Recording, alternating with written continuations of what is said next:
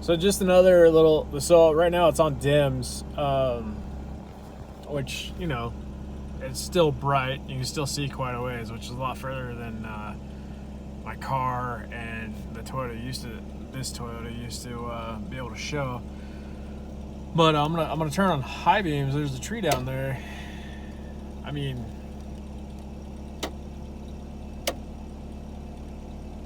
it's pretty incredible to what it used to do and what it does now.